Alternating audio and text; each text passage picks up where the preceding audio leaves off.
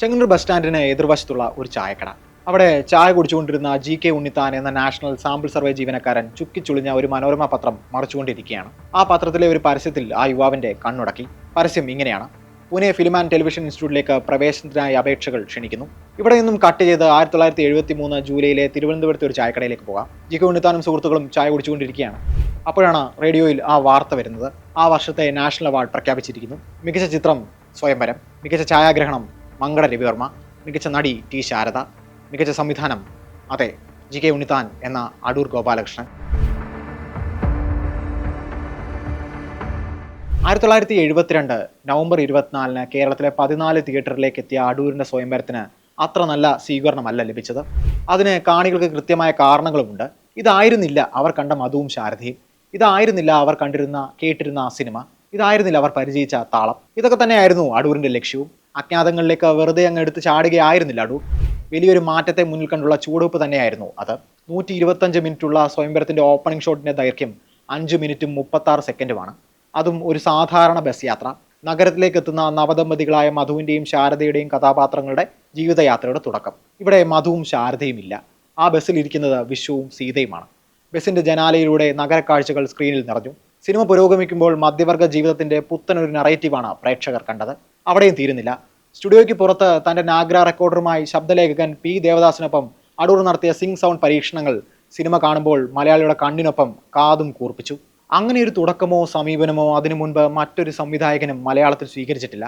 സിനിമയുടെ പേര് പോലെ തന്നെ അത് അടൂരിന്റെ സ്വന്തം തീരുമാനമായിരുന്നു. പിന്നീട് അങ്ങോട്ട് അടൂർ സിനിമകൾ എന്ന പേരിൽ ആസ്വാദകരും നിരൂപകരും ഏറ്റെടുത്ത സിനിമകൾ ഓരോന്നും പരീക്ഷണങ്ങളായിരുന്നു. അതിന് തുടക്കം സ്വയംവരത്തിൽ നിന്നല്ല, FTയിൽ വെച്ചെടുത്ത എ ഗ്രേറ്റ് ഡേ എന്ന ഷോർട്ട് ഫിലിമിൽ നിന്നാണ്. അലസനായ ഒരു യുവാവ് രാവിലെ പാൽക്കാരന് വാതിൽ തുറന്നു കൊടുക്കാനായി എഴുന്നേൽക്കാൻ മടിച്ച് സാക്ഷയിൽ ചരട് കെട്ടി വലിക്കുന്ന അത്ര മടിയൻ. അയാളുടെ കാമുകി ഒരു ദിവസം ഒരു അറിയിപ്പ് കൊടുക്കുന്നു: അച്ഛൻ നിങ്ങളെ കാണാൻ മുറിയിലേക്ക് വരുന്നു. തവള വരെ കുടിയേറിയിരുന്ന ആ മുറി എടുപിടിയെന്ന് വൃത്തിയാക്കാൻ നായകൻ ശ്രമിക്കുന്നു. ഇതായിരുന്നു ആ ഷോർട്ട് ഫിലിമിന്റെ ഉള്ളടക്കം. ഈ കഥ കേൾക്കുമ്പോൾ നമ്മൾ അറിയാതെ അടൂരിന്റെ വിഖ്യാതനായ ആ അലസനിലേക്ക് പോകും. എലിപ്പത്തായത്തിലെ കരമന ജനാർദ്ദൻ അവതരിപ്പിച്ച ഉണ്ണി എന്ന കേന്ദ്ര കഥാപാത്രത്തിലേക്ക്. പഴയ ഫ്യൂഡൽ ഓർമ്മകളുടെ ചില അവശേഷിപ്പുകൾ തന്നെ നിലനിൽക്കെ തന്നെ അതിലെ ചില അംശങ്ങളെ അതിവിദഗ്ധമായി സിനിമയിൽ ഉപയോഗിച്ചിട്ടുണ്ട് അടൂർ. എലിപ്പത്തായത്തിലെ ഉണ്ണി അതിന് ഉദാഹരണമാണ്. ഉണ്ണിയിലെ മടി കേവലം ശാരീരികമായ ഒന്നല്ല, പുരുഷ കേന്ദ്രീകൃതമായ ഒരു ചട്ടക്കൂടിൽ തനിക്ക് മാത്രം അനുഭവിക്കാൻ സാധിക്കുന്ന ചില സൗകര്യങ്ങളിൽ മതിമറന്നിരിക്കുന്ന കഥാപാത്രമാണ് ഉണ്ണി. 3 സഹോദരിമാരാണ് ഉണ്ണിക്കുള്ളത്. കല്യാണം കഴിച്ചുപോയ ജാനമിയും ആ പഴകിയ തറവാട്ടിൽ കുടുങ്ങിക്കിടക്കുന്ന രാജമ്മയും ശ്രീദേവിയും. ഇവർ എങ്ങനെയാണ് ജീവിക്കുന്നതെന്ന് അറിയാൻ പോലുമുള്ള താല്പര്യം ഉണ്ണിക്കില്ല. സിനിമയിൽ യഥാർത്ഥത്തിൽ എലിക്കണിയിൽപ്പെട്ടിരിക്കുന്നത് ഈ സ്ത്രീകളാണ്. രാജമ്മയുടെ ക്ഷയിച്ചു വരുന്ന ആരോഗ്യത്തോട് എത്രമാത്രം നിർവികാരതയാണ് ഉണ്ണി കാണിക്കുന്നത്, അതേ നിർവികാരതയാണ് ശ്രീദേവി വീട് വിട്ടു പോകുമ്പോഴും ആ കൊച്ചാട്ടം കാണിക്കുന്നത്. തന്നെ തീറ്റിപ്പോറ്റുന്ന തെങ്ങുകളിൽ കള്ളം കയറിയാലും അവരെ നേരിടാൻ അയാൾക്ക് ഭയമാണ്. ഒരു തരത്തിൽ പറഞ്ഞാൽ സംഭവങ്ങളോട് നേർക്കുനേർ നിൽക്കാൻ ശേഷിയില്ലാത്തൊരു മനുഷ്യൻ, ഭൂതകാലത്തിൽ കുടുങ്ങിക്കിടക്കുന്ന ഒരു മനുഷ്യൻ.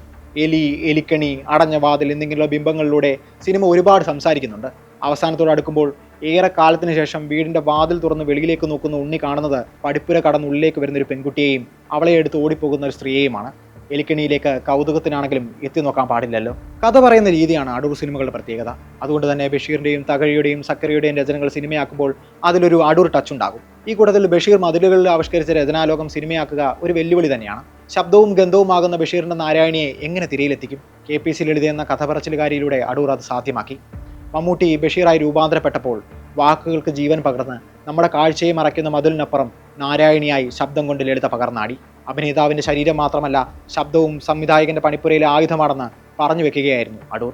അനന്തരത്തിലെ അജയന്റെ സത്യവും മിഥ്യയും കൂടിക്കുഴഞ്ഞ കഥനത്തിലും അടൂരിന്റെ കൈയൊതുക്കം നമുക്ക് കാണാം. അജയന്റെ അസ്വസ്ഥമായ മനസ്സിലേക്കുള്ള വാതിലാണ് അശോകന്റെ കണ്ണുകൾ. അതിൽ പ്രണയവും സ്വപ്നവും ഭയവും ആശങ്കയും മരണവുമുണ്ട്. മറുപുറത്ത് അജയന്റെ കൽപ്പനയിലെ നളിനിയായും മമ്മൂട്ടിയുടെ ഭാര്യ ശോഭയായും ശോഭന പ്രലോഭനങ്ങളുടെ കാന്തമാകുന്നു. അജയൻ തന്റെ ജീവിതകഥ പറയുന്നതിനിടയിലെ വിടവുകളിൽ നിശബ്ദതയ്ക്ക് സംവിധായകൻ നൽകിയ സ്ഥാനം പ്രധാനപ്പെട്ടതാണ്. പലപ്പോഴും അത് ക്ലോസ്ട്രോഫോബിക്കായ ഒരു അനുഭവമാകുന്നു. അജയന്റെ നോട്ടമാണ് ഈ സിനിമ. ഒരു ഘട്ടത്തിൽ നളിനി അജയനോട് പുറകിലേക്ക് നോക്കിയാലേ എന്നെ കാണാൻ സാധിക്കൂ എന്ന് പറയുന്നുണ്ട്. അജയന്റെ നോട്ടവും ഈ രീതിയിൽ പല കാലങ്ങളിലൂടെയാണ് കടന്നു പോകുന്നത്. അതിലെവിടെയോ നിന്നാണ് നളിനി എന്ന കഥാപാത്രത്തെ അജയൻ കണ്ടെടുക്കുന്നത്. ഇടനാഴികളും ജനലുകളും അജയന്റെ ക്ലോസപ്പുകളും നോൺ ലീനിയറായ കഥപറച്ചിലും സിനിമയുടെ ഈ സങ്കീർണതയെ സാധൂകരിക്കുന്നതാണ്. വിധേയനിലെ ഭാസ്കര പട്ടേലിലേക്കും തൊമ്മിയിലേക്കും എത്തുമ്പോൾ അധികാരം സൃഷ്ടിക്കുന്ന ഭയം എങ്ങനെയാണ് ഒരു മനുഷ്യനെ അടിമയാക്കുന്നത് എന്നാണ് അടൂർ പറയുന്നത്. സക്കറിയുടെ ഭാസ്കര പട്ടേലരും എന്റെ ജീവിതവും എന്ന നോവലിലാണ് സിനിമയ്ക്ക് ആധാരം. സിനിമയിൽ പട്ടേലർ എന്ന കഥാപാത്രത്തിന്റെ നിർമ്മിതി എടുത്തു പറയേണ്ടതാണ്. അയാൾ ചിരിക്കില്ല, അശ്ലീല നോട്ടം കൊണ്ട് കടാക്ഷിക്കുകയുള്ളൂ. അയാൾ പറയുകയല്ല, എല്ലാവരുടെയും ഉടയോനെ പോലെ അലറുകയാണ് ചെയ്യുക. സിനിമയുടെ ബ്ലോക്കിങ്ങും ഫ്രെയിമിങ്ങും ഈ അധികാര ഘടനയെ സൂചിപ്പിക്കാനാണ് ഉപയോഗിച്ചിരിക്കുന്നത്. മങ്കട രവിവർമ്മയുടെ ഫ്രെയിമുകളിൽ മമ്മൂട്ടിയുടെ പട്ടേലർ ഈ ഘടനയുടെ ഉച്ചിയിൽ നിൽക്കുന്ന ആളാകുന്നു. അയാൾക്ക് കാട്ടുപോത്തിന്റെ കൊമ്പുകൾ മുളയ്ക്കുന്നു. MR ഗോപകുമാറിന് തൊമ്മി പട്ടേലരുടെ തോക്കിന് ഉന്നം അല്ലെങ്കിൽ അയാളുടെ പേക്കൊത്തുകൾക്ക് സാക്ഷിയാകുന്നു. യാന്ത്രികമായാണ് തൊമ്മി പട്ടേലരുടെ അടിമയാകുന്നത്. അളന്നു മുറിച്ച സീനുകളിലൂടെ സബ്റ്റിലായിട്ടാണ് ഇതും അടൂർ ആവിഷ്കരിച്ചിരിക്കുന്നത്.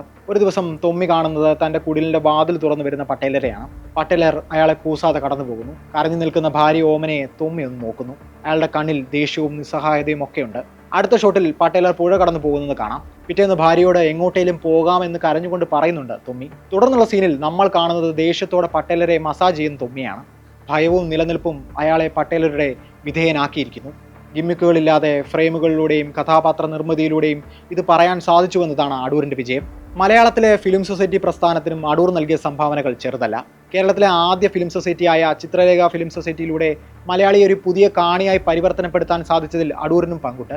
കുളത്തൂർ ഭാസ്കരൻ നായരുടെയും അടൂരിന്റെയും നേതൃത്വത്തിലാണ് ഈ സംരംഭം സാധ്യമായത്. ഫിലിം സൊസൈറ്റിയുടെ കീഴിൽ ആരംഭിച്ച ചിത്രലേഖ ഫിലിം കോഓപ്പറേറ്റീവ് ആണ് അടൂരിന്റെ സ്വയംവരവും കൊടിയേറ്റവും നിർമ്മിച്ചത്. ഭരത് ഗോപി, കരമന തുടങ്ങിയ പ്രമുഖ നടന്മാർ ചലച്ചിത്ര രംഗത്തേക്ക് എത്തിയതും ചിത്രലേഖയിലൂടെയാണ്. അതിലും വലിയ സംഭാവന എന്താണ്? 2016 ഇറങ്ങിയ ദിലീപ് ചിത്രം പിന്നെയും കണ്ടില്ലെന്ന് നടിച്ചാൽ അടൂരിന്റെ ഫിലിമോഗ്രഫി മികച്ച സിനിമകളും ഡോക്യുമെന്ററികളും കൊണ്ട് സമ്പന്നമാണ്. സിനിമയും സംവിധായകനും വേറിട്ട സ്വത്തുമാണ് പങ്കിടുന്നതെന്ന ക്ലീഷേ ന്യായീകരണത്തിൽ മുറുക്ക പിടിച്ചാൽ അടൂർ സിനിമകളിൽ നിന്ന് ഒരുപാട് പഠിക്കാനുമുണ്ട്. തലമുറകൾ മില്ലേനിയത്തിൽ നിന്ന് ജെൻസിയും ബീറ്റയും ഒക്കെ കടക്കുമ്പോൾ പതിഞ്ഞ താളത്തിൽ പോകുന്ന സോക്കോൾഡ് അവാർഡ് സിനിമകളെ നോക്കി അതൊരു അടൂർ ലൈനാണെന്ന് പറഞ്ഞ് മാറി നിൽക്കുന്നവരെ കുറ്റപ്പെടുത്താൻ സാധിക്കില്ല. ചില സിനിമകൾ പ്രേക്ഷകന്റെ അതീവ ശ്രദ്ധ ആവശ്യപ്പെടുന്നുണ്ട്.